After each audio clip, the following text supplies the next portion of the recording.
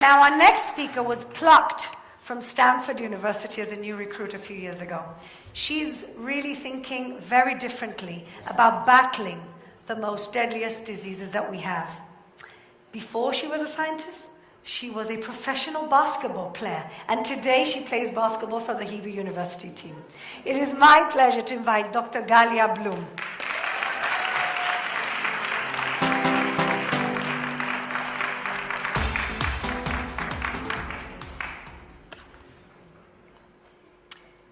Chemistry is in my blood. My father's a chemist. He's a professor in the HUJI University, and he works on peptides, which are small proteins. My mother's a chemist. She used to work in the Ministry of Health, analyzing drugs. And as you can see from my picture behind, I'm a chemist as well. And my focus is on generating small chemical tools to investigate biological processes and also to generate therapeutics and diagnostics. If we look at the graph behind me, we see the relationship between surviving of patients with cancer and the stage of the cancer they're in. At the very early stages, we have very high human survival. But in the later stages, most of the patients die, and the survival is about 10%. The surprising thing is that the dollar investment in the US is $100 in the late stage per each $1 that is invested in the early stages. Does that make any sense? Wouldn't we want to invest more funds in the early stages and save more lives? Sure we would. The problem is, how do we detect cancer early on? And that is the focus of my research. So how do we detect cancer? We generate tools that try to distinguish between the normal tissue and the tumorigenic tissue. If we look at cancer, we see that cancer progresses very rapidly. It divides, it has high metabolism, and in order to survive, it needs to secrete proteases, which are proteins that cleave up and chop the matrix that is surrounding. Just like Pac-Man that goes and chops up whatever in its way. And the focus of my research is to develop tools that will identify or label these proteases, these Pac-Mans, and enable us to actually detect cancer. So, generating these types of tools, we first of all need something that will bind to a protease. And you see here the structure of a protease that's highly elevated in cancerous tissue. We need something that will bind to it, and then some kind of reporter to show us where this probe is, where our compound is. In very initial stages, I developed compounds that are fluorescently labeled, so they have a fluorescent light to report where they are. At one point, they will bind into the protease, and then the protease will act upon this probe, this small probe. The complex thing about these sophisticated probes is that they also had a little piece on top that will actually inhibit them from fluorescence. So when they were outside of the probe, they lacked fluorescence whatsoever. But actually, after they get cleaved by the protease itself, when it acts upon it, it generates a fluorescent light. And we use these types of compounds to detect cancer within small animals. Actually, what we really wanted to do is to make something a bit more sophisticated and to generate these types of probes into a theranostic compound, something that does both therapy and diagnostics.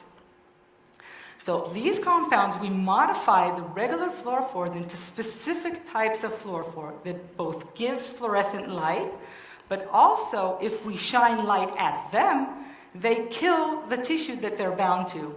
And just last year, we were able to show that if we inject these compounds into mice that bear tumors, they home in onto the tumor, and we had shine light at these compounds, and the tumor stopped from progressing.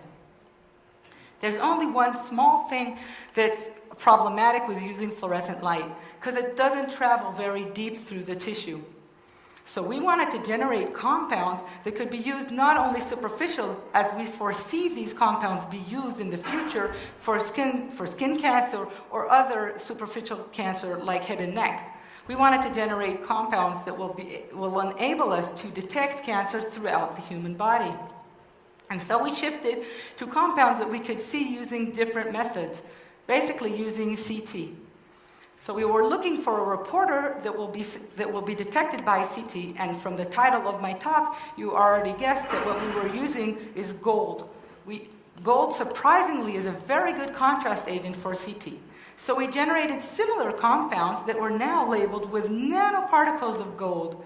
And what I'm showing you here is animals that were injected with these compounds. That this is a mouse that has a tumor on the back of the mouse. You could actually see it labeled with gold because when we injected our small compounds into the bloodstream, they circulated through the body of the mouse and homed in onto the tumor, and now labeling the tumor with gold. And now we have a gold tumor, and we can detect that with CT, as you could see from this picture.